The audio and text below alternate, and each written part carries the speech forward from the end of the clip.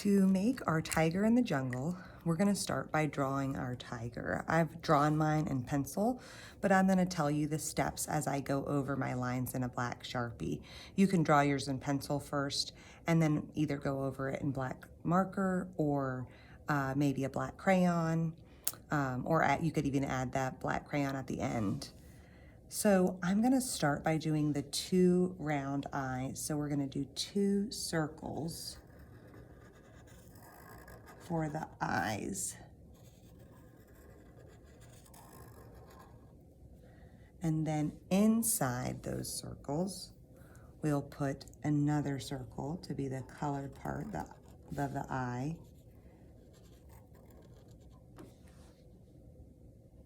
And then inside of that, we'll do another circle to be the pupil, and you can fill that in with black or leave a little bit of a white highlight. Oops, that one got a little bit more filled in. If that happens, you can always fill both in if it seems like it would match better. Now I'm gonna do, so I have my 2 eyes, which are a circle, and then another circle, and then another circle.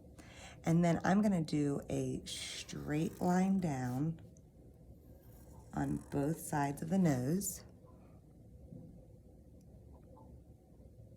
From there, I'm gonna do the nose itself. So I'm gonna do a slightly curving line to connect those,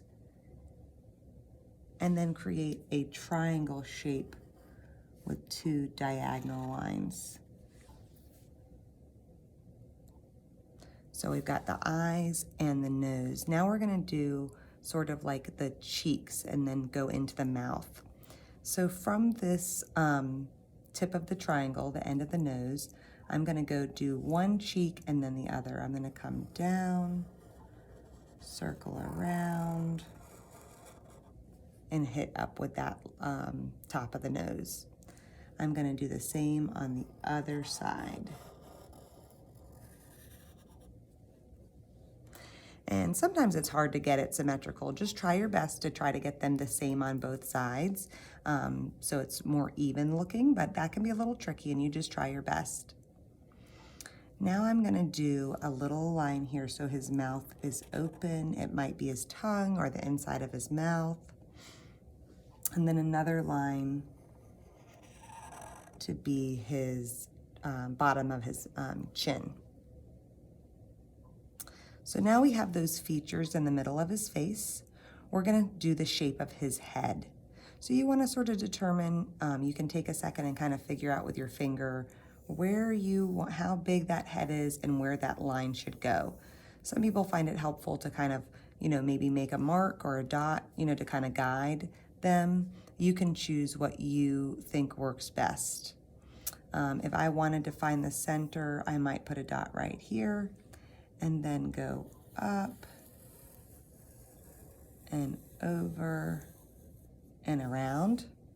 And then I can do the same on the other side. So I try to kind of match that up there. Go up and over. Now it does not have to be perfect. One side might be a little bit bigger, and that's okay. So we've got the shape of his face, and now we'll move on to doing his ears. So I'm gonna come do diagonal lines to form this triangle shape. And then I'm gonna do another line to kind of show the side of the ear. I'll do the same over here, trying to get it to be in a similar spot. Now we're gonna give him his body. We're not gonna see the whole body because he's kind of going off the end of the paper, but I'm gonna do a curved line down, just a slight curve, and another curved line down. And then I'm going to do 2 lines, which would be like his front, arms going down, front legs, I guess. And then we can also add his whiskers. They're coming out from those cheeks. Now I could do my black lines in Sharpie, or I could wait and do them in black crayon. Either way will work. I think for now, I'll go ahead and, I'll do them in the black Sharpie. So I'm gonna just kind of create this zigzaggy back and forth to create these stripes. So you can have them on the body and you can also have them on his head. So if you wanted to, you could always wait until after you add the orange coloring for the fur to add these stripes with a black crayon. That's what I was debating, and I went with to do it with the Sharpie first, but either way will work. You may not do Sharpie at all. You might just do crayon and then use black crayon, which would also look wonderful.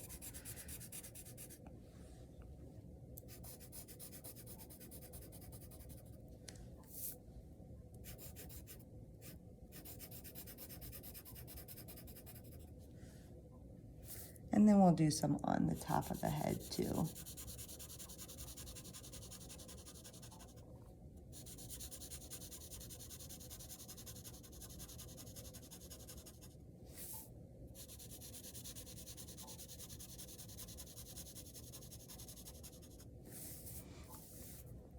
Okay, so now I'm ready to add color. And I can add color with my crayons. You can do different shades of orange and yellow. You can overlap your colors. I probably will try to leave these cheeks white as well as the outside of the eyes. But I think everything else will have color. So I'm gonna go ahead and add that, and then I will meet you back here to discuss the color and also start doing our collage portion with our leaves. I added my color. I did orange and yellow on top of each other. I really like overlapping crayons because I think it makes for a richer color. You get into those white spaces more, and I think it just ends up with a better final product. So I did a lot of overlapping with my crayons. On the body and the fur, I did orange and yellow. In the nose, I did orange and pink. I did orange and pink in the ears. I did yellow and a little bit of a yellow-green in the eyes. I left the white, just pure white from the paper. I did a little bit of pink inside the mouth. It could represent a tongue or just the inside of the mouth. And then my background even is, I chose to do a green and a black. I kind of wanted to have a darker color back there. You could use watercolors back there if you wanted to. Have a watercolor background would look nice. Or a different color, maybe you choose purples and blues back there would also look nice. So there's no real right or wrong there. Now, as far as creating the leaves and adding the leaves to create the collage effect. So I chose several different shades of green construction paper. If you only have one shade, you can still make it work though, because I used crayons on the leaves that I have made so far. So what you can do is you can choose a piece of construction paper. You can draw various leaf shapes. Maybe it's just something as simple as curving up and curving down, right? Maybe that's the leaf shape that you choose. You could leave it the color of the construction paper, or you could fill it in, and again, really enjoying like overlapping those colors to create different shades of greens in the jungly leaves. So the tropical leaves we might see in this jungle. I'm gonna do some yellow in there on top of that green, and you'll still sort of see the green of the paper coming through.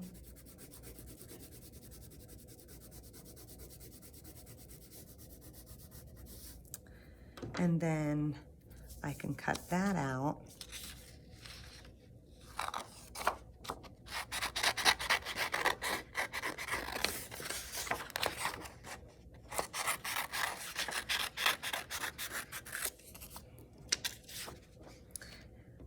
Now I have a variety of leaves here. I have some that kind of have a little bit more of a unique shape. I have one where I kind of cut into it just a little bit. I have some that look almost more like, you know, simple leaves, or even could be blades of grass. Quite a variety here to work with. And now it's about overlapping. So we are creating an illusion of depth in our artwork by overlapping these leaves and collaging them on top of our tiger. So some of my leaves have a flat bottom, so those flat bottoms need to find a space where they can go towards the bottom and touch. Now, you could plan it all out, or you can just start filling it in. And how many leaves you do is up to you, you know. The more you have, the more he may appear to be hiding, you know, behind that foliage, those leaves. But you can kind of choose what will work for you. You also will kind of want to overlap your leaves. So if I can have a leaf kind of coming out, you know, here, and maybe another one there.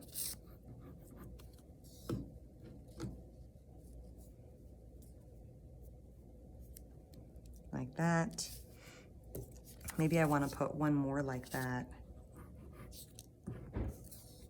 over here,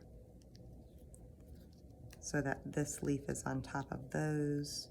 I can kind of move just gently pick up my glued leaf and place it underneath. I've got this right here. So I might come up to the top here and put that in. Now, if you like certain features of your tiger and you don't want to overlap, you know, all of it, just kind of pick and choose where you're placing your leaves so that we don't lose sight of all the hard work we did on our tiger. I might stick this one coming out from behind there. Again, just kind of overlapping. Yeah, I think I like that placement. Now, I have some more here. Maybe I'll have this one kind of come in from the corner.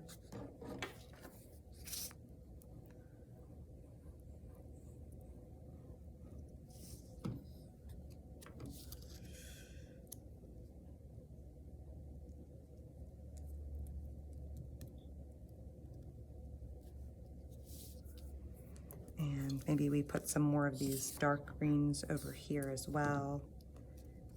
And I may have to make some more and meet you back here to show you my finished tiger. I'm kind of using up all the leaves that I have so far. Maybe I'll put these kind of coming in this corner.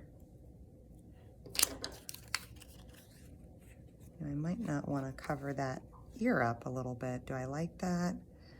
Or I could always make my leaf a little shorter or a little smaller if I need to. I can change the shape of my leaf to fit it into the picture better.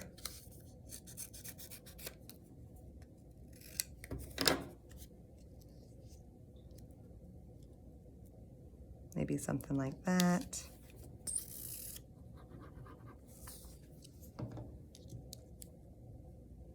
It's a little bit of problem solving, planning, figuring it out as you go. Got this leaf here.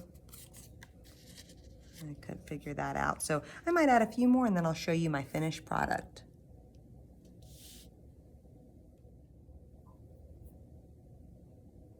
I think I'm gonna go ahead and stop there. I apologize earlier. I think you couldn't see my top corner I was working in, but this is my finished artwork.